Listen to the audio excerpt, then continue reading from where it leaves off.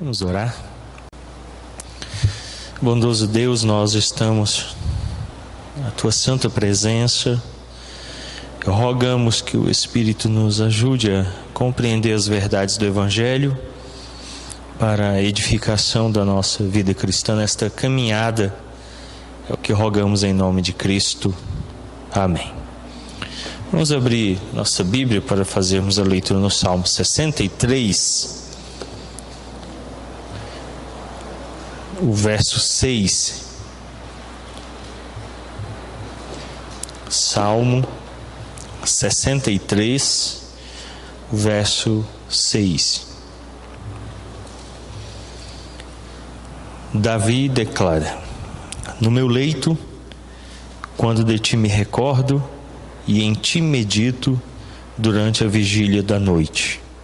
No meu leito, quando de ti me recordo, e em ti medito durante a vigília da noite.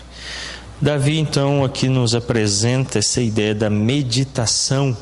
Nós vimos terça-feira passada, a primeira parte, sobre a prática do exercício espiritual da meditação a partir dos puritanos. E Davi nos apresenta essa ideia aqui no verso 6, quando ele diz que medita em Deus, na própria pessoa de Deus, no seu ser, na sua majestade e em suas obras. Meditar, como nós já vimos semana passada, é deter-se em um assunto, ponderá-lo e pensar nele. Diferente da meditação oriental, que é transcendental, que exige um autoesvaziar, e isso é muito comum no hinduísmo, no budismo. Ela ganha uma conotação mística de autoesvaziamento da mente, do ser, contrariando a meditação bíblica, que é encher-se do conhecimento acerca do ser de Deus, completar-se com o conhecimento das Escrituras. Para os puritanos, meditar era esse exercício de estar à presença de Deus, da sua santa palavra, em oração. E hoje nós vamos fazer a segunda parte neste assunto, vendo algumas orientações dos puritanos. O Dr. Joel Bick tem sido nosso guia. Eu também orientei na semana passada a leitura do livro A Prática da Piedade, escrito pelo puritano Lewis Bailey, publicado pela editora Pass. O Bailey vai dar várias orientações sobre meditação. Dentre elas nós temos o capítulo 9, desse que foi o segundo livro mais lido na época dos puritanos, perdendo só para o Peregrino de John Bunyan. O capítulo 9 ele declara as meditações vespertinas. Então o Bailey declara: de noite, quando você se prepara para repousar, medite nesses poucos pontos. Primeiro ponto: visto que os seus dias estão contados, Salmo 90 e Jó 14:5, a cada dia que passa você está mais perto do fim. O primeiro chamado dele é para essa contabilidade dos dias gastos. O texto de Jó 14 e Salmo 90 falam sobre essa finitude dos dias. Os dias já estão contados. Deus já os pré-estabeleceu. O Salmo 139 diz que cada um dos nossos dias está escrito e contado pelo Senhor. Então ele começa que quando chegou o final do dia, à noite, você vai se recolher. Primeira meditação: mais um dia se passou. Então a contagem ela é regressiva, os dias vão diminuindo. Então isso já deve levar você a uma séria consideração do uso daquele dia, do aproveitamento dele, para repensar o dia que vai nascer, o dia que vai surgir. Então a primeira orientação. Segunda orientação que ele apresenta: sente-se por alguns momentos antes de ir para a cama e considere consigo mesmo o que houve de memorável que você viu, ouviu ou leu nesse dia, mais do que as coisas que tinha visto, ouvido e sabido antes. E faça o melhor uso possível do que conseguiu lembrar, mas em especial traga à sua memória o pecado que você cometeu contra Deus ou contra o homem nesse dia e o benefício que você deixou de fazer. Humilhe-se por ambos os pecados. Então, ele dá essa orientação de você então considerar tudo que você viu, ouviu ou leu naquele dia, mas também lembrar-se de qualquer pecado cometido contra Deus ou o próximo e então arrepender-se deles antes de deitar-se. E ele continua dando aí orientações para a meditação. Se você puder ler, você vai ver o quão proveitoso ele é. E eu dei uma cópia dele para o nosso saudoso irmão Gonçalo, que o leu, e depois de tê-lo lido, ele declarou-me que o capítulo que mais tirou proveito foi o capítulo onde o Lewis nos orienta a pensarmos sobre a morte. Ao que depois de 5 meses, nosso irmão Gonçalo foi levado à glória pelo nosso bom Deus. Então, de fato, é um livro muito bom para o exercício da prática da piedade, e o Lewis vai nos orientar a termos esse processo de meditação em máxima na vida cristã. Bom, os puritanos, diz Dr. Joel Bick, ofereciam também orientação para o processo de meditação.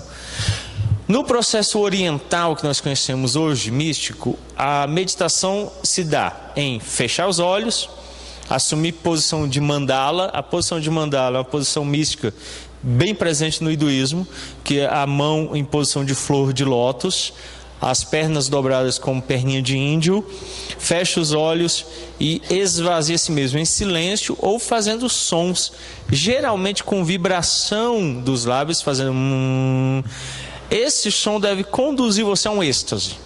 Então, a meditação hoje é conhecida por isso.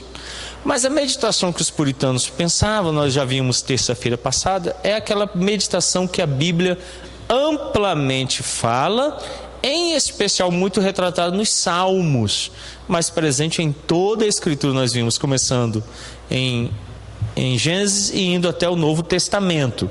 Quais são as orientações que os puritanos trazem? Primeiro, diziam que você deve começar pedindo assistência ao Espírito Santo. Quando você se dispor à meditação, vocês se lembram que há 2 tipos de meditação. Os puritanos acreditavam que tinha aquela meditação ocasional e tinha a proposital. A ocasional é aquela que você cessa diante de algumas situações corriqueiras ou temporariamente se remete a Deus.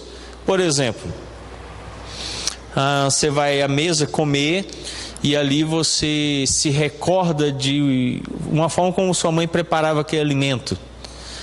E ali você se põe a pensar quão valorosa ela era, ou o quanto você a desprezou, ou o quanto você não deu atenção. E aí é tempo de meditar sobre aquilo, pedir perdão, colocar-se diante de Deus. Isso, às vezes, muito rápido. A meditação proposital é aquela que você separa tempo delongado, toma as escrituras, escolhe um texto com propósito, medita nele, pensa nele, pondera nele, ora, toma decisões, faz acertos com Deus. Então ela vai tomar mais tempo, geralmente exige um lugar de retirar-se, onde você tenha sossego, descanso. Jesus o fazia no monte, então você vai ter vários lugares. O presbítero Elias, na terça passada, até compartilhou conosco que o faz num banheiro privativo no seu local de trabalho. Ali ele tem um momento de isolamento de todos que o cercam. Então você vai separar-se propositalmente. Para isso, a primeira coisa era chamar o Espírito Santo, rogando-lhe que oriente, que conduza, que esteja presente. Ore pelo poder de utilizar sua mente e focar os olhos da fé nessa tarefa da meditação. Os puritanos também entendiam isso. Usar a mente para se focar naquela atividade, isso é muito difícil. Nós que somos da geração multitarefa, se você observar o celular, quando ele surgiu, vamos tomar aí o ano na década de 90, os primeiros celulares só tinham uma única função: telefonar. Não era assim? Só telefonava. Aí depois eles começaram a ficar mais complexos, começaram a ter jogos, começaram a ter sons polifônicos, depois eles começaram a acessar a internet. Hoje você assiste filme, manda mensagem, entra na internet, telefona, faz um monte de coisa no celular. Um monte de coisa. Então ele se tornou multitarefa. A mesma coisa aconteceu com o computador. E a tendência é que nós sejamos multitarefas. Por exemplo, as geladeiras mais modernas estão vindo com tela que acessam TV e internet. Eu estive num supermercado em São Paulo e o carrinho trazia uma tela com acesso à internet. Enquanto você fazia compras, você acessava as receitas. Então, ao mesmo tempo que você faz compra, você acessa a receita. Daqui a algum tempo a gente vai fazer compra, acessa a receita e faz a comida no mercado. É tudo multitarefa. Então o que a nossa mente faz quando você para? Começa a pensar num monte de coisa. E a meditação exige que você se foque, que você cesse tudo, concentre-se e gaste tempo exclusivo com aquilo. Então os puritanos ensinavam: olha, foque a sua mente, peça ajuda ao Espírito Santo e sossegue. É por isso que você tem que ter essa capacidade de retirar-se. O retiro, portanto, deve ser um lugar onde você possa se distanciar de tudo, sossegar tudo e impedir qualquer interferência. Que vimos na semana passada, pode vir desde uma ligação ou alguém lhe chamando, ou você pode começar a se lembrar do que tem que fazer. Isso é muito... Já aconteceu, eu acredito, com todos vocês. Você está lendo a Bíblia ou orando e começar a lembrar, né? Hoje eu tenho que ir em tal lugar, olha, eu tenho que fazer aquilo. E a gente começa, nossa mente, ela é assim. Então nós temos que resgatar essa capacidade de concentrar-se exclusivamente neste momento. Rapidinho, porque a gente tem ideia de que meditação é você esquecer de tudo, não pensar em nada. E não é. E a meditação que a Bíblia apresenta e os puritanos defendiam era pensar em Deus, ou nos atributos, ou na palavra. Você pode também ter uma meditação voltada para si, no seu comportamento, como o Lewis Bailey apresentou. Um dos pontos, o segundo ponto lá das meditações vespertinas, tem as matutinas, tem meditações para o dia do Senhor, para ler as Escrituras. Mas naquela vespertina, o segundo ponto, capítulo 9 do livro que eu apresentei, a prática da piedade, ele declara que é importante que você pense nos pecados que você cometeu e se arrependa deles em relação a Deus e aos homens. Então aí ela já tem um foco voltado para a pessoa. Então ela sempre vai exigir, no conceito oriental, hinduísta ou budista, é esvaziar-se, pensar em nada, pensar no vazio, né, para alcançar o que eles vão designar um plano mais elevado, ok? O puritano chamado Kala me declarou: gostaria que você orasse a Deus que ilumine seu entendimento, avive sua devoção, aqueça seus afetos, de tal modo lhe abençoe nessa hora, pela meditação nas coisas santas, você venha a ser mais santo, tenha seus desejos mais mortificados e suas graças aumentadas, que você se sinta mais fortificado para o mundo e para as suas vaidades, e elevado ao céu e às coisas do céu. Então, o que Kala me declarou no seu livro A Divina Arte da Meditação é que o desejo dele é que Deus ilumine o entendimento, avive a devoção e aqueça os afetos na hora da meditação, para que através disso então nós alcancemos coisas santas, venhamos a ser mais santos, tenhamos desejo de mortificar o pecado e ter as graças aumentadas. Quem vai trabalhar muito a ideia da mortificação do pecado, eu falei esse final de semana aqui, é o Joe Owen, outro puritano. Então, uma das maneiras de mortificar o pecado é pensar nas coisas santas. A Confissão de Fé, que é um documento puritano, declara que o cristão, ao experimentar santificação, experimenta dois sentimentos: um afeto aumentado pelas coisas santas e uma odiosidade maior pelo pecado. Eu tenho que experimentar os dois. Se eu não amo mais as coisas santas, de fato eu não vou odiar o pecado. Então é preciso trabalhar nessas duas direções. Os puritanos então orientavam também que ao fazer então essa separação, esse estado de propósito, o segundo passo deveria ser: leia as Escrituras. Selecione um versículo ou uma doutrina sobre a qual meditar. Eu já falei aqui essa orientação, vou repeti-la. Quando você vem ao culto dominical, é muito propício a leitura dos salmos antes do culto, em casa.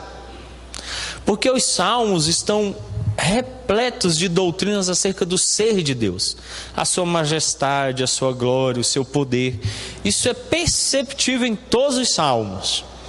Quando você se detém na leitura do salmo, toma um salmo, lê aquele salmo, e aí vem ao culto, você vem cheio de uma visão clara da glória, da majestade, do poder de Deus. Isso ajuda você a ter um entendimento, uma percepção de quem é Deus. Então, os puritanos defendiam essa ideia. Preparou a mente, chamou, invocou o Espírito Santo, separou-se para o propósito da meditação. Leia a Bíblia, leia um texto ou aprofunde-se numa doutrina específica. Isso também vai ajudar você. Bom, além disso, selecione temas que sejam aplicáveis às suas circunstâncias atuais, que sejam mais benéficos à sua alma. Uma pessoa me procurou no dia de hoje para conversar sobre fobia. Falou: pastor, a Bíblia diz uma coisa sobre fobia. Eu apresentei imediatamente 2 textos no próprio livro dos Salmos, onde o salmista declara que eu devo colocar minha confiança em Deus e não nos homens, depositar minha confiança em Deus e não nos príncipes. Aí a pessoa fala assim: quando a fobia é justamente de confiar, como é que faz? Eu falei: então você precisa conhecer quem é o Deus em quem nós confiamos. Quando eu tenho plena certeza de quem é Deus, eu então confio plenamente nele, mesmo que eu ande pelo vale da sombra da morte. O que ele declara? Porque quem está com ele? O Senhor, o seu pastor.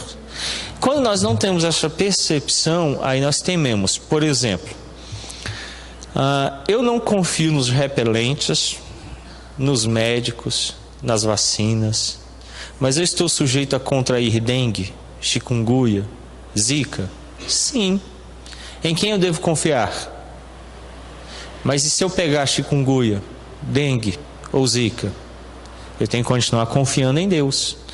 Mas quando eu não estou olhando para Deus, o que eu vou ficar vendo? Toda vez que a reportagem falar mosquito, eu começo a me coçar. Eu estou achando que eu peguei. E aí começa a ficar paranoico, porque ele está centrando naquilo que hoje está em voga. De 10 reportagens, 13 são sobre mosquito.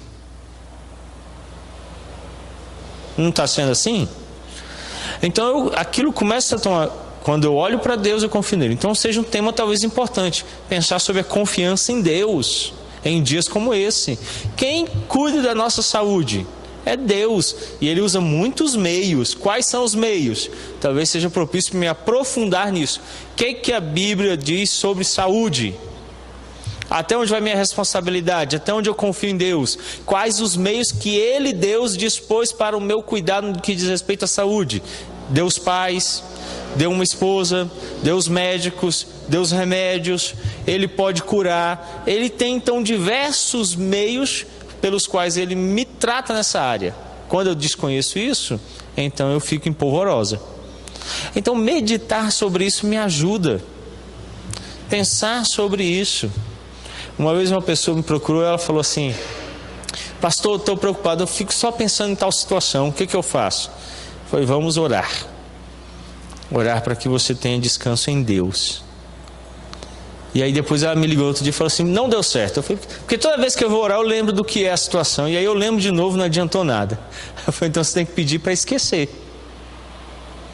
Mas a meditação me ajuda a centrar em Deus, nas promessas, na palavra dele, e não nessas situações. Como nós não meditamos, não aquietamos a alma, não concentramos a mente naquilo, isso não ganha o coração.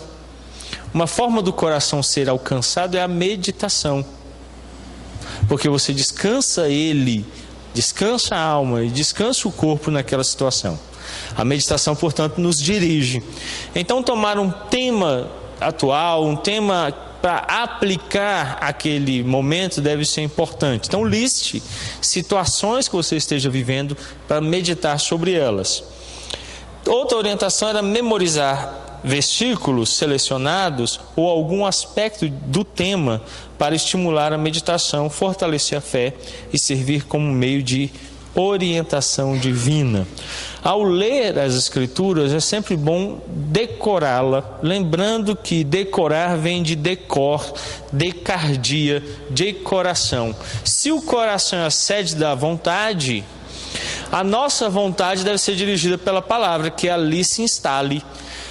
Para meditar profundamente, decore a palavra de Deus. Eu li um livro, infelizmente não está traduzido em língua portuguesa, Como Memorizar as Escrituras. Ele orienta a memorização de capítulos inteiros da Bíblia. Olha como isso é benéfico. É maravilhoso. Primeiro você para de ver versículos isolados e você começa a ver todo o contexto. Segundo, você ganha amplitude de conhecimento bíblico. Você passa a conhecer a Bíblia. E você consegue, em momentos os mais difíceis, trazê-la à memória imediatamente. Imediatamente.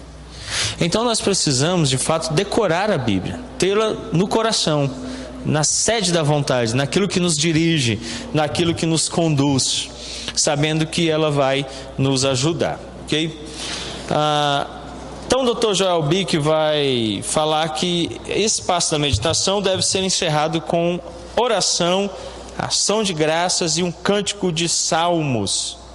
A meditação é o melhor começo da oração, a oração é a melhor conclusão da meditação, é o que diz o puritano George Shernock. Shernock declara então que quando nós vamos meditar, o melhor começo da meditação é orar, e ele conclui que a oração é a melhor conclusão da meditação. Meditar é pensar sobre ponderar. Então vamos pegar de novo o problema da saúde. Não tem hospital, não tem remédio, há muitas dúvidas sobre a epidemia que está presente, há medo de contrair essas enfermidades. Eu posso tomar esse assunto e meditar sobre ele, ponderar sobre ele. Uma ponderação propícia seria: se eu ficar enfermo, Senhor, qualquer uma dessas enfermidades, qual deve ser minha reação como cristão? Eu tenho que ponderar sobre isso, pensar sobre isso. Podemos ficar enfermos? Sim. Qualquer um pode ser picado e contrair qualquer uma das 3 enfermidades? Sim. Como é que eu vou reagir? De que maneira? Eu vou me desesperar? Eu vou ficar prostrado, chorando?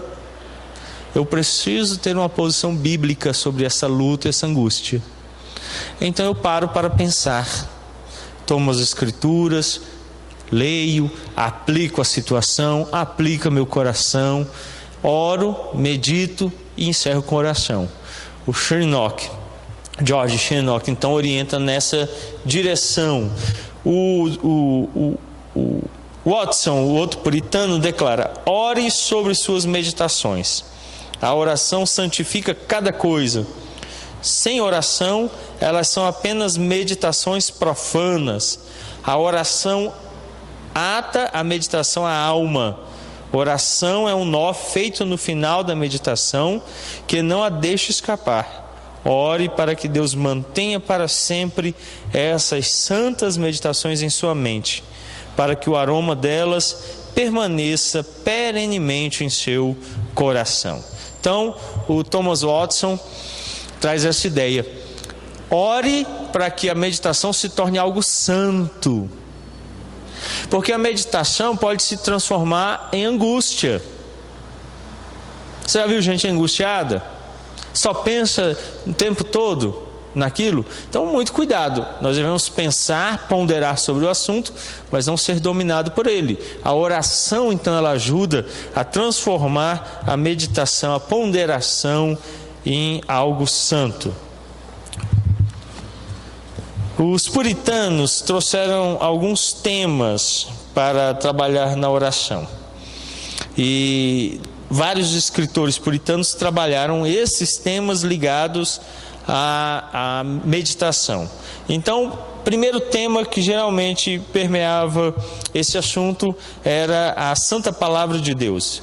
Meditar sobre as Escrituras, meditar sobre a defesa do cristianismo, meditar sobre a natureza e os atributos de Deus, sobre as obras e providência de Deus, a glória de Deus como fim principal do homem, meditar sobre a majestade dele, as suas misericórdias, Deus como Criador, meditar sobre a pecaminosidade, sobre o nosso pecado pessoal, sobre a corrupção e engano do coração, meditar sobre a vaidade do homem, sobre a fragilidade do corpo e assim por diante. Muitos são os temas que eles consideravam para tomar para a meditação. Agora, também eles ensinaram muito sobre como torná-la algo especial, principalmente no dia de culto. Para eles era necessário meditar antes do culto para chegar preparado para o sermão. Eu falei sobre isso domingo passado e a minha meditação nesse momento ela sempre é ocasional e não proposital, por causa da forma como o dia de domingo tem a sua dinâmica. Eu saio muito cedo, passo todo o dia na igreja e geralmente só retorno à noite. Então ela não pode ser proposital. Não tem como eu separar um tempo maior. Ele precisa ser ocasional. Como eu faço? Ao vir ao culto, eu pergunto no meu coração, com profundidade, o que Deus deseja me falar hoje? Ao estar no culto, eu devo ouvir as orações feitas por cada irmão, os hinos entoados pela igreja, a pregação, tudo isso deve me falar. Ao retornar, então, eu devo me perguntar novamente: tudo que Deus disse, como eu devo aplicar a minha vida? Essas são meditações ocasionais. Eu meditei sobre o que Ele queria me falar e depois eu medito sobre o que Ele me falou. Então, como aplicar isso à vida? Daí tomar o que Tiago nos declarou na sua epístola: não sede somente ouvintes, mas praticantes da palavra. Essas duas perguntas servem de orientação para que o sermão tenha aplicabilidade, o culto, as orações, os louvores entoados, cada parte do culto me sirva de orientação. Os puritanos dizem que bons sermões não só informam a mente com sã doutrina, mas também estimulam os afetos, afastam a vontade do pecado e direcionam para o amor para com Deus e o semelhante. Tem um pregador que é muito conhecido, Cláudio alguma coisa, eu não recordo o nome dele, porque ele gosta de fazer comédia no púlpito. Movido por piadas.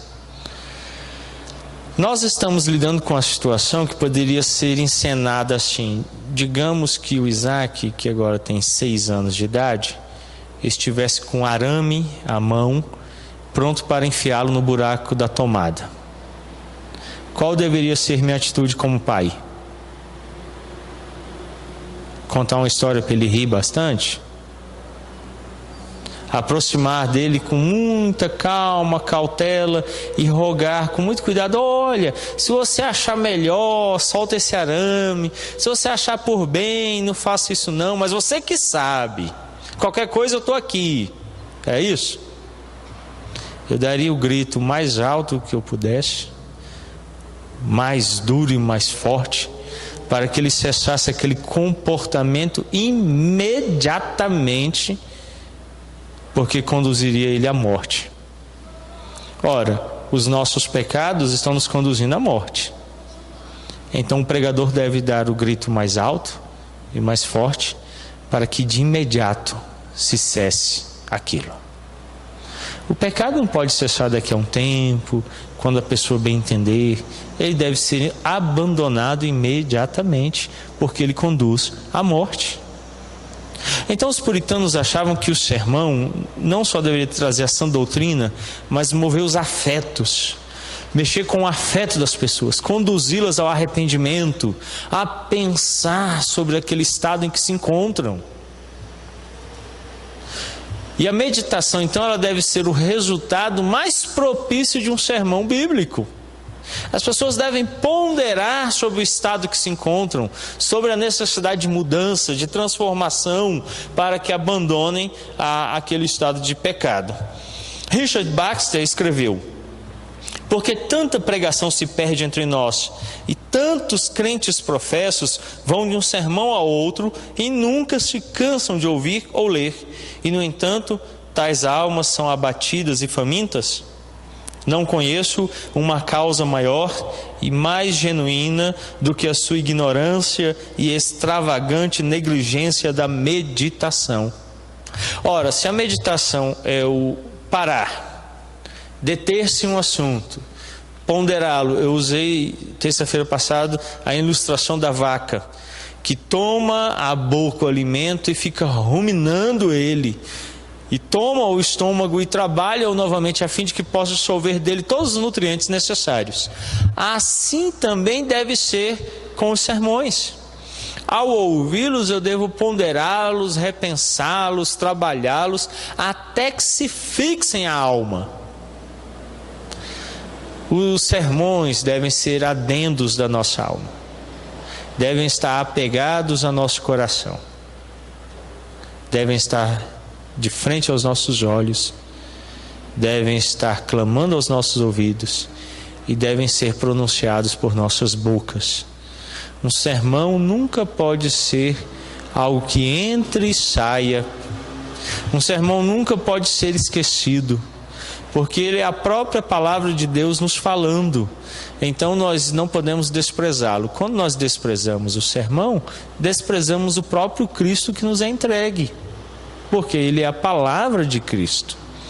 Assim, Richard Baxter declara então que eles se perdem porque as pessoas não meditam, não param para pensar sobre, tomá-lo e considerá-lo. Assim o abandonam, deixando às vezes nos bancos da igreja ou dos seus carros, ou esquecidos num lugar da sua memória, quando deveriam meditar nele. Os puritanos conscienciosos costumavam tomar notas do sermão para ajudar a facilitar a meditação. Uma prática importante é a anotação de sermões. Isso permite que você os releia, que você analise-os depois, tome as escrituras e pense sobre aquilo que foi pregado. Os puritanos também indicaram que para receber corretamente os sacramentos da ceia do Senhor, espera-se que um crente medite sobre o Senhor Jesus Cristo como sacrifício por seu pecado. O puritano Thomas Wright declarou: medite sobre sua preparação para cumprir seus deveres, concomitantes e subsequentes. Medite sobre o amor de Deus, o Pai, sobre o amor de Deus, o Filho, Jesus Cristo. Considere a excelência de sua pessoa, a grandeza de seus sofrimentos e quão válidos são eles para a satisfação da justiça de Deus. E então, considere também a excelência, natureza e a utilidade do sacramento. Isso aqui vai refletir no Catecismo Maior de Westminster, quando o Catecismo diz qual o proveito que você tem tirado da Santa Ceia. Se você não tem encontrado proveito, como você reage a isso? Se você tem sido negligente, como você deve agir? Em todas essas três perguntas do Catecismo Maior, a orientação sempre é: medite. Medite. É preciso meditar, ponderar, tomar aquele assunto e pensar nele vagarosamente a fim de entendê-lo. Muitas vezes a Santa Ceia se torna um exercício tão vazio, mas tão vazio que é automático. Aí, para minha tristeza, a pessoa passou na porta e falou assim: pastor, quando eu vi já tinha comido pão, foi automático. Queixando-se porque eu havia dito que aguardem para que comamos todos a uma só vez. Ela disse que tomou, colocou na boca, comeu. Aí quando viu, estava todo mundo com pão. Aí depois mandei comer, comeram, e ele ficou, como diz o ditado, vou pular boiando. Aí falou assim, isso foi automático, eu peguei e já joguei na boca. Então você vê que as pessoas não estão pensando, ponderando, considerando aquele momento. E aí então às vezes fazem aquilo ali automaticamente. E assim funciona com a oração, leitura bíblica. Às vezes a pessoa ela toma, faz aquilo automaticamente, não atenta.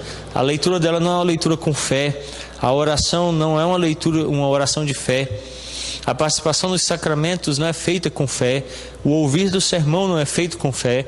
Então ela não considera tudo aquilo no coração, não se aquieta naqueles momentos. Eu penso que talvez fosse propício repensarmos nosso tempo de culto. Nosso tempo de culto. Moisés, você visitou parentes agora nas férias, não foi? Foi quem que você visitou? Sua sogra. Quanto tempo de viagem? Uns 4. Você ficou 1 hora somente lá e saiu fora, entrou no carro e voltou, foi? Por que não? Pouco tempo. Você vai, gasta mais tempo lá com ela, permanece. Aqueles que nós amamos, nós nos demoramos a presença deles. Delongamos o tempo, quanto possível é. Mas quando nós pensamos em Deus, o nosso tempo é bem compacto. 1 vez na semana, 1 hora, 1h30. Se passar disso, foi demais. Os nossos cultos têm sido rápidos por demais. Nossas orações, a nossa leitura bíblica, nossa meditação, nós não nos aquietamos. Sabe uma das coisas que nós retiramos da igreja porque não a utilizamos mais? Genuflexário. Para dobrarmos os nossos joelhos e nos aquietarmos em oração. O culto é antecedido por burburinho e antecedido por burburinho. Nós ficamos em todos os cantos do templo. Mas na antiguidade as igrejas eram conhecidas pela sua quietude. Chegava-se, ajoelhava-se e orava. Esses dias uma visitante disse impressionada com o fato de que quando terminou o culto, as pessoas ainda permaneceram assentadas por um tempo. A mim ainda me incomoda o fato de que pouco tempo passamos na presença de Deus em culto e nossas coisas são assim, rapidinhas. Penso que talvez um dia, se eu cessar de ler a liturgia, vocês façam sozinhos. Levanta, canta o hino, senta a hora, faz tudinho e vai embora. E aí acabou, a gente nem viu ele falando, mas é porque faz automático. Quando nós devemos pensar mais, refletir mais sobre o que nós estamos falando, cantando, orando, ouvindo, com tempo, quietude, nos aquietarmos, ouvirmos a Deus, atentarmos a Ele em cada ato sacramental, em cada momento. Mas muitas vezes nós temos nosso coração lá fora e não aqui dentro. Nossa cabeça está no amanhã. Então nos pomos a ir rapidamente a nossos afazeres, deixamos o culto e aceleradamente continuamos a vida. Então é bom dar um freio, aquietar-se. Então os puritanos falavam muito sobre essa preparação para o sacramento.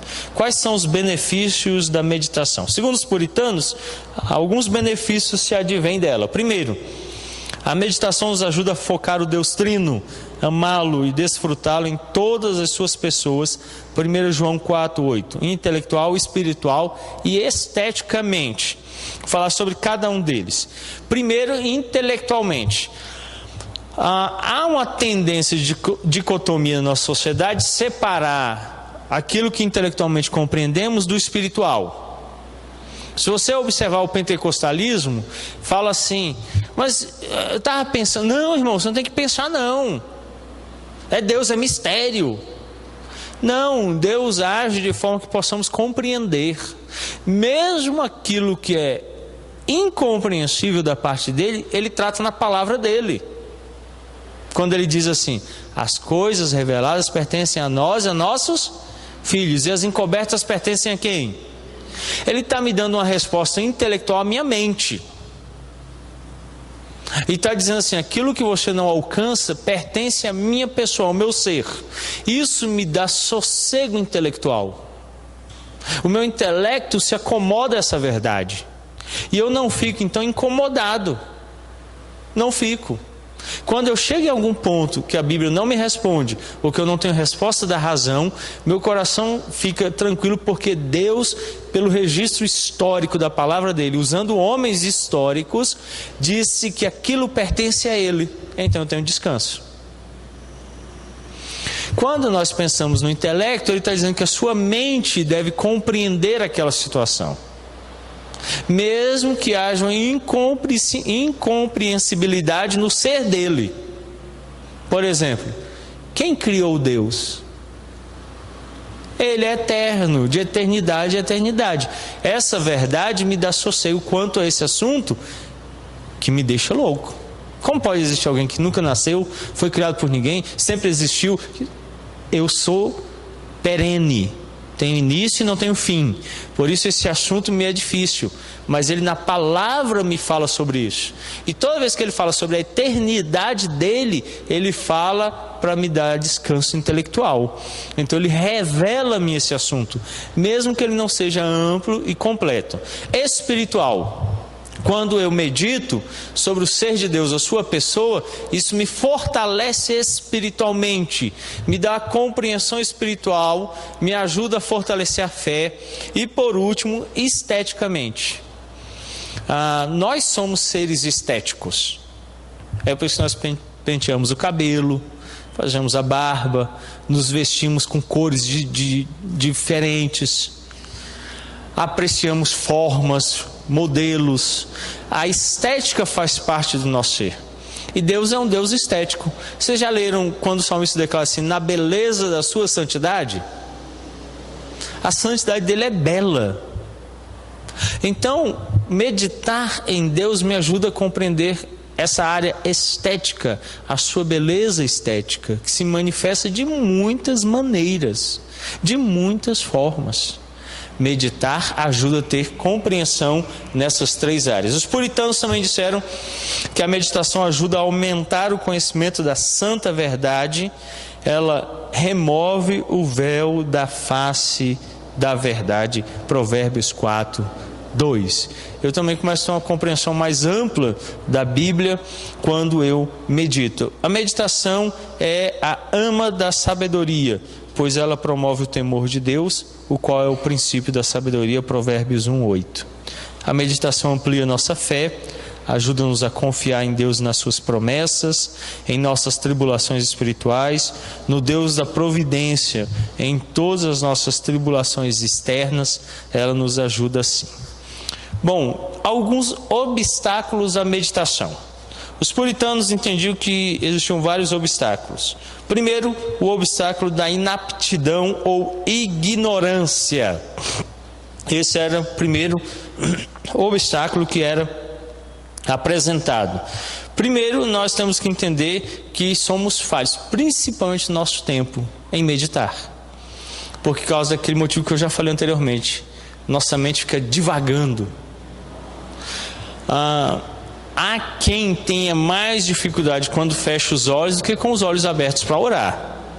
Como não é um mandamento bíblico orar de olhos fechados, não tem um único versículo na Bíblia que fale sobre isso. Como ordem, não. Há várias situações. Em geral, Jesus orava com os olhos abertos, olhando para os céus e as mãos erguidas. A maioria das vezes que ele orou assim. Essa era a posição preferida dele. Por que nós fechamos os olhos? Para concentração. O grande problema é que quando eu fecho os olhos, eu começo a pensar. Essa é a minha briga com a Elaine. Eu deito, fecho os olhos e durmo. E é imediato. É bateu na cama, eu durmo. Como é que você faz? Eu falei, eu durmo. Só isso. Ela, eu não consigo. Foi porque você fica pensando. Quando ela fecha os olhos, ela começa a pensar a vida toda.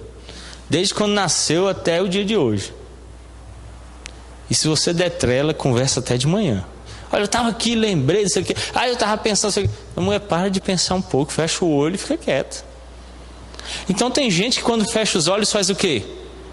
Começa a pensar. Começa a ficar pensando. Como vencer isso? Eu vou dar uma estratégia. Ore e medite com os olhos abertos, com o texto bíblico em mente. Tome um versículo ou uma verdade sobre Deus e medite sobre ela, pense sobre ela, foque nela. E a partir dela, então, comece a considerar os assuntos. Por exemplo, Pai nosso que estais nos céus. Bom, se um pai cuida do filho, por que o meu pai não há de cuidar de mim em meio a uma epidemia? Se há um Pai celestial que está lá nos altos céus olhando por mim, por que temerei em meio à crise da saúde, na falta de médicos e hospitais? Isso me ajuda a focar nele, na palavra dele e considerar meus assuntos à luz daquela verdade. Então eu não fico pensando na minha mente, porque isso às vezes me leva a outros lugares. Eu me foco ali, me prendo ali, e ali então eu fico fixo. Então isso às vezes ajuda quem tem dificuldade em focar-se. Então essa inaptidão, ou como os puritanos dizem, a ignorância, a expressão ignorante significa não ter conhecimento acerca de. Se você não tem um conhecimento, você precisa ler as Escrituras. Leia com profundidade, apegue-se, decore as Escrituras. Isso vai ajudar muito você. Então, a resposta que os puritanos apresentavam era a incapacidade, a ignorância, os pensamentos dispersivos não propiciam inserção do dever. Então você precisa compreender a necessidade de estar centrado na palavra e em Deus para meditar. Segundo obstáculo, as atividades. Esses dizem que se veem tão assambacados pelo empreendimento deste tempo presente que não podem gastar tempo solene na meditação. Os puritanos entendiam então que vem às vezes aquela ideia assim: eu tenho tanta coisa para fazer, eu estou tão atarefado, e aí então despreza o tempo de aquietar-se na presença de Deus. E o Richard Baxter, uma vez tratando sobre isso, diz que uma das formas pelas quais o diabo desvia o povo de Deus da palavra, da oração e do dia santo do Senhor é tornando-os atarefados. Você já percebeu que às vezes você vai orar, você vai ler a Bíblia, você vem para a igreja, chega aquela visita, toca aquele telefone, surge aquela situação. Então a minha esposa sabe que em determinado período da manhã só me chama se estiver morrendo. Só se estiver morrendo. Porque eu sei que vão telefonar naquela hora, que o gás vai acabar naquele momento, vai chegar a visita, e na minha casa é a máxima. Chegou na hora do culto, eu tenho duas propostas. Proposta número 1: venha comigo ao culto. Eu estou indo agora. Proposta número 2: dê uma volta na cidade e retorne em tal horário que eu estarei em casa. Aqui não fica e eu nem me detenho também. Se você não o fizer, muitas visitas vão chegar na sua casa no domingo. Muitas, numerosas. Se você não desligar o telefone, ele vai tocar sempre na hora da oração. E não é Deus ligando para você, tá? Não é Deus. Se você não desligar a televisão, sempre vai aparecer aquele programa, aquele filme, alguma coisa que vai impedir você de ler a Bíblia. Então desligue-se de tudo, separe-se de tudo, tenha um tempo fixo, firme. Tá? Eu costumo utilizar a expressão lá em casa. Às vezes a gente vai fazer, pai, tem que fazer. Mas vamos nos aquietar agora aqui para um exercício espiritual. Tão rápido quanto você corre para o banheiro quando está apertado, deve ser o mesmo sentimento do seu coração quando vamos ler a palavra. Sai do meio, deixa eu entrar, vou fazer na roupa. A mesma expressão, a mesma energia, a mesma velocidade Nada impede. Já deu aquela dor, Moisés, aquela dor de barriga assim, que você, se não sair correndo, não chega lá? Não é? Dá nem tempo às vezes de fechar, vai. Eu falo, esse mesmo empenho deve mover você a essa hora. Então suponhamos que você, Moisés, designou o período das 6 da manhã até as 6h20 para esse momento da meditação. Sai da frente, sai do meio. O que é banheiro? Não, eu vou meditar. E fecha a porta. E ninguém chame ou incomode. Ele está ocupado. Se você não o fizer, sempre estará ocupado, sempre faltará tempo, sempre terá emergências que tomem o seu tempo.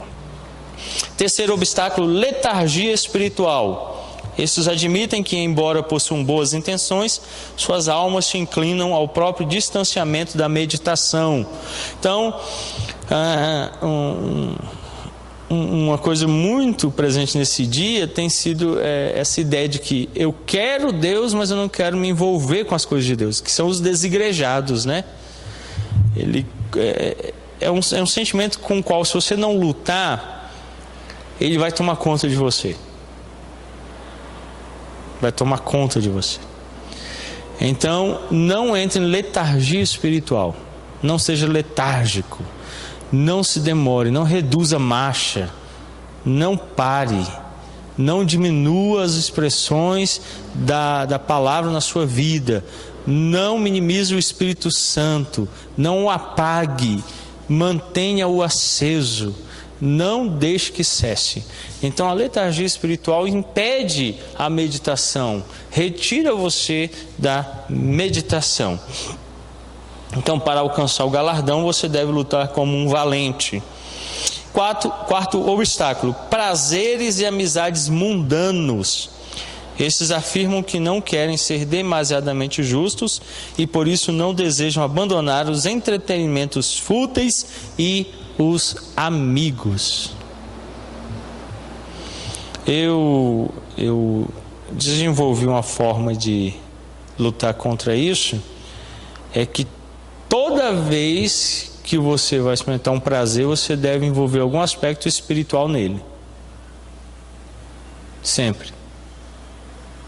Esses dias eu fui, na outra semana, né, pescar e aí eu agradeci a Deus por isso. Senhor, obrigado que o Senhor me permite ter esse momento de prazer. Me dá tempo, me dá forças, me dá saúde, dispôs pessoas a estarem comigo. Então não é só o prazer, tem ações de graças envolvidas, tem a percepção de que Deus é que me concede aquilo. Nas férias eu sempre vou a uma igreja. Agora, por último, lá em Alagoas, não tinha igreja presbiteriana lá na localidade. Na primeira que eu estive, fui à igreja reformada. Na segunda cidade, Japaratinga, na Assembleia de Deus. Mas eu faço questão, porque os prazeres mundanos e as amizades mundanas tendem a destruir a fé. Tendem a destruir a fé. Quer ver uma imagem? Você é uma fogueira acesa. O que mantém a fogueira acesa? Combustível. O que você deve lançar nela então? Água? Areia? O que você deve pôr nela? Madeira. Quanto mais madeira, mais fogo haverá. A madeira é a palavra, é a oração, a comunhão dos santos, os sacramentos. Quanto mais disso, o que vai acontecer com a fogueira? Mais queimará. Quanto mais santa ceia, mais ela queima. Quanto mais oração, mais ela queima. As amizades mundanas, os prazeres do mundo, são a água e a areia. Quanto mais prazeres mundanos, quanto mais amizades mundanas, o que vai acontecer com a fogueira? Mais ela vai apagar. Então, toda vez que você experimenta prazeres, você deve fortalecer a fogueira. Então, você pode comer um churrasco? Pode. Ore, leia a Bíblia, junto. Sempre sobrepondo àquele prazer. Crente que tira um domingo de manhã para dormir, porque está cansado, brevemente vai afirmar o seguinte: eu tenho andado tão cansado que eu resolvi que nos domingos de manhã dormirei até tarde, pastor. Vocês sabem por quê? O sono prolongado acaricia a alma pecaminosa. Mas vim para o sermão domingo de manhã, a alma pecaminosa vai levar cacetada até. Só pancada. Aí o cara sai daqui dolorido. Vocês acham que ele prefere sair daqui dolorido domingo de manhã ou sair com a alma acalentada lá na cama dele? A televisão, você acha que vai ofender a pecaminosidade dele ou vai acariciar a pecaminosidade dele? Vai alimentar a pecaminosidade dele.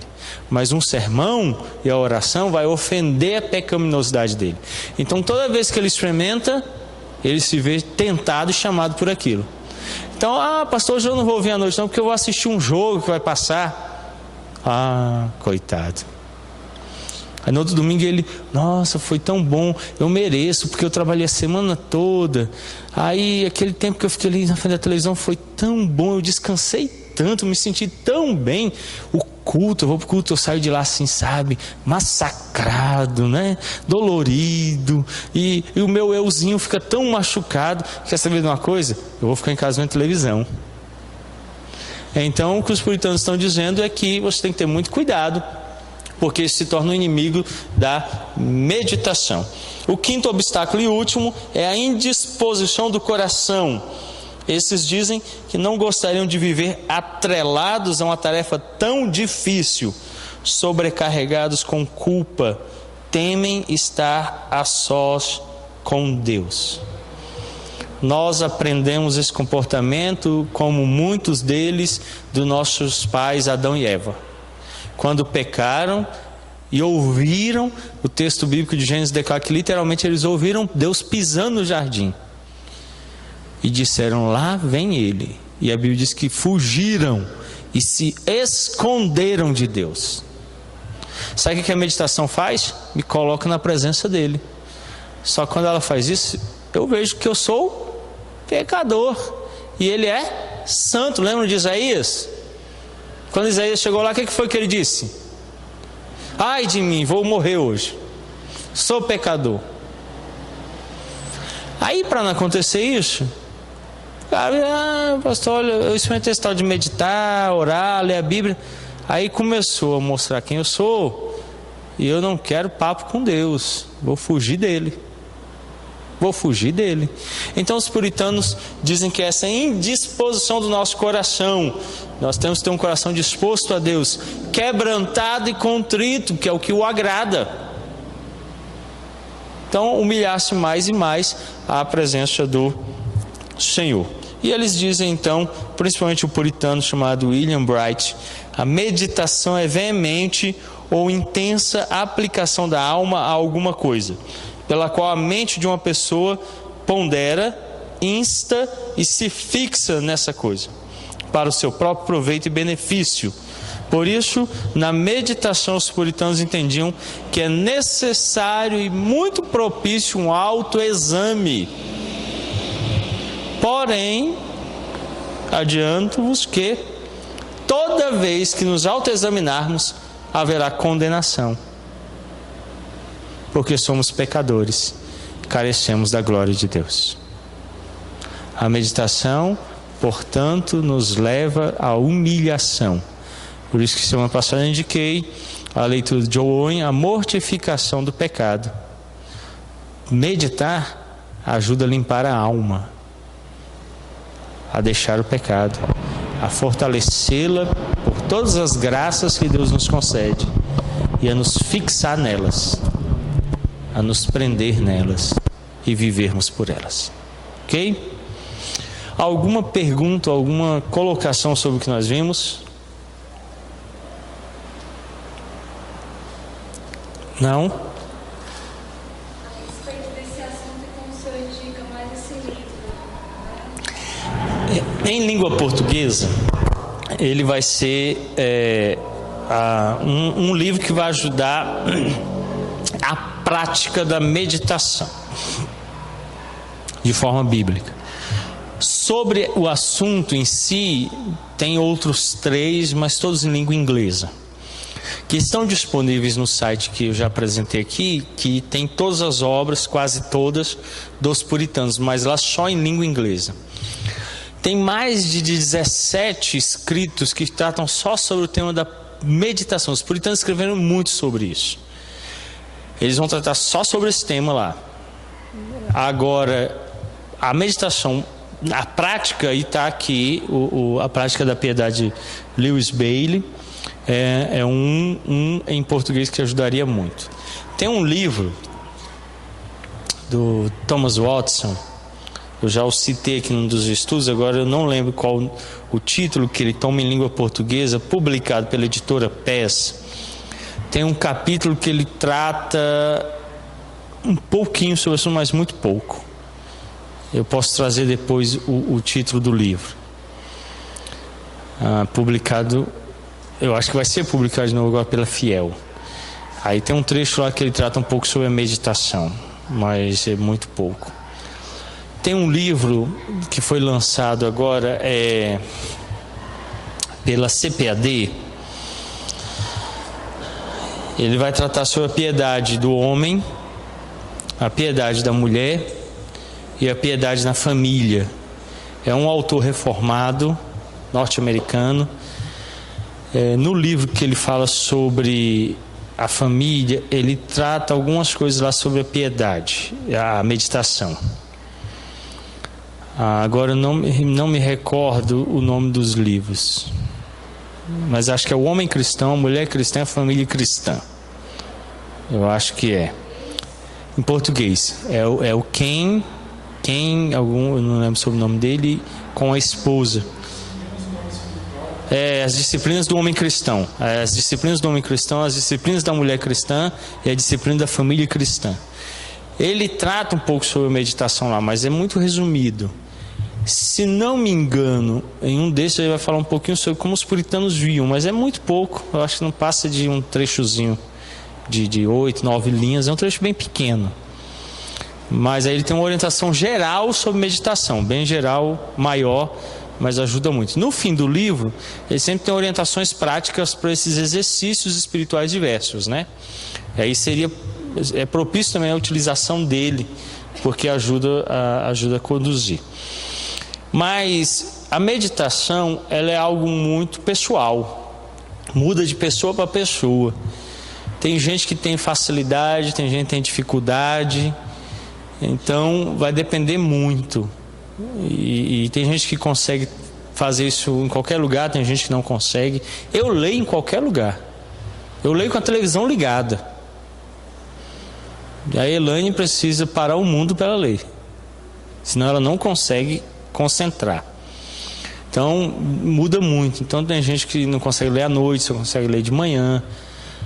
Os puritanos orientaram, nós vimos semana passada, que você deveria meditar de manhã e à noite, ao levantar-se e ao deitar-se, no mínimo. Mas deveria acontecer esses dois momentos de meditação. Mas se você não estabelecer um horário fixo, preparar-se, eu tenho essa Bíblia aqui que eu uso no culto. Ela não tem nada escrito, ela é só para usar no culto. Mas eu tenho uma Bíblia no carro, eu tenho uma Bíblia no celular, eu tenho uma Bíblia em casa, eu tenho uma Bíblia do lado da minha cama, tem uma que fica na estante de casa, perto da televisão. Eu tenho 12 Bíblias no meu gabinete pastoral. Eu tenho uma Bíblia minha na casa da minha mãe e uma Bíblia minha na casa da minha sogra. Aonde eu for, o que vai acontecer? Tem uma Bíblia. Aí eu tenho só uma Bíblia, um único exemplar, e deixa dentro do carro. O que vai acontecer quando ele tiver sem um carro? Sem Bíblia. Então quando eu estou na minha sogra, eu falo com ela, assim: sogra, onde está aquela minha Bíblia? Ela está guardada lá em tal lugar. Eu vou lá, pego minha Bíblia e vou meditar com ela. Estou na casa da minha mãe, eu falo: mãe, minha Bíblia está onde? Está lá no guarda-roupa, meu filho. Vou lá, pego minha Bíblia e vou meditar. Estou no carro, eu pego minha Bíblia e vou meditar. Estou em casa, tenho minha Bíblia na sala, ao meu alcance, para eu meditar. Então, aonde você estiver, você deve tê-la para não fugir àquela meditação diária. diária. Então, quando você vai se deitar, ela deve estar ao seu lado. Quando eu viajo, eu não uso travesseiro, eu durmo sem travesseiro. Mas a Elaine não fica sem travesseiro. Aí eu falo para ela, amor, põe a Bíblia junto com o travesseiro, porque a gente for deitar, o travesseiro está lá. Você põe dentro da fronha. Como ela não dorme sempre, vai estar ali. Sempre à mão. E aí vai deitar a Bíblia aqui. Aí medita no versículo, ora, pensa sobre aquele assunto. Isso vai construindo o seu interior. E aí ela se torna algo tão comum, que todos os dias acontece. Isso, é claro, é um exercício que vai sendo construído com o tempo, né? E pensa que vai ser fácil, que um dia para o outro você no início esquece, falha, mas persevere em fazê-lo. Permaneça naquele estado. Tem que ter cuidado com o legalismo, né? Esses dias eu conversar com o Fernando Varolo, ele está fazendo aquela leitura bíblica anual, e ele, ansioso, angustiado, eu falei, olha, não se preocupe, há textos dos quais você vai ter que se demorar, e às vezes a leitura que é para ser anual ultrapassa. Então às vezes você vai ter que se deter, vai ter que esperar ali, vai ter que parar mais tempo, mas não deixe, não permita que aquilo ali torne-se automático. Deus está pedindo que você pare ali mais tempo, pare mais tempo, fique mais tempo naquele texto, ore mais, pense mais sobre aquilo, talvez outro dia repita, mas não se preocupe. Às vezes o assunto se esgota, então não precisa, eu tenho que ficar aqui 40 minutos só no vale. Não, às vezes em 15 minutos você conseguiu resolver o problema, então por que você vai ficar ali mais um tempo à toa? Então, às vezes, não torne tão legalista, tão firme, mas também não dinamize tanto a ponto de não ter. Tenha-o com frequência, tenha-o sempre. Algumas coisas devem ser uma norma fixa. Horário, pelo menos uma vez no dia, com a Bíblia e oração. Isso não tem como abrir mão. Vai de pessoa a pessoa. Eu já meditei no ônibus, em uma viagem. Já meditei antes de dormir, já ao meio-dia, de manhã. Isso aí pode mudar, mas ela sempre tem que ter Bíblia, oração, e eu tenho que ter um tempo. Então, no mínimo 10 minutos, porque senão um minutinho não funciona, 3 minutinhos é muito pouco. Põe no mínimo 10 minutos. 10 minutos para você parar ali e meditar, ok? Bom, vamos orar encerrando. Pai querido, nós estamos à Tua presença, certos de que o Senhor tem nos falado. Como Davi nos disse, nós meditamos em Ti, Pai. Ajuda-nos a compreendermos o Teu ser. Pela Santa Palavra, vermos a Tua mão poderosa agindo na criação e em nossas vidas, por meio da providência. Ajuda-nos então a meditarmos em toda esta graça, ponderando em nosso coração a Tua ação e o Teu poder, para que se aquete a nossa alma, que encontre sossego no nosso coração, compreenda o nosso intelecto, o quão poderoso é o Senhor, e descanse em Ti, e assim cresçamos dia a dia em Cristo, na palavra, sabendo, ó Deus, que o Senhor é conosco. Ajuda-nos a vivermos esse exercício maravilhoso que nos ensinaram os nossos pais puritanos, a nos aquietar diante de Ti, da Tua palavra, em oração, para ouvirmos o que o Senhor tem a nos dizer e aplicarmos a nossa vida com um tempo específico, ó Pai. É o que nós rogamos em nome de Cristo. Amém. Deus os abençoe e ide em paz.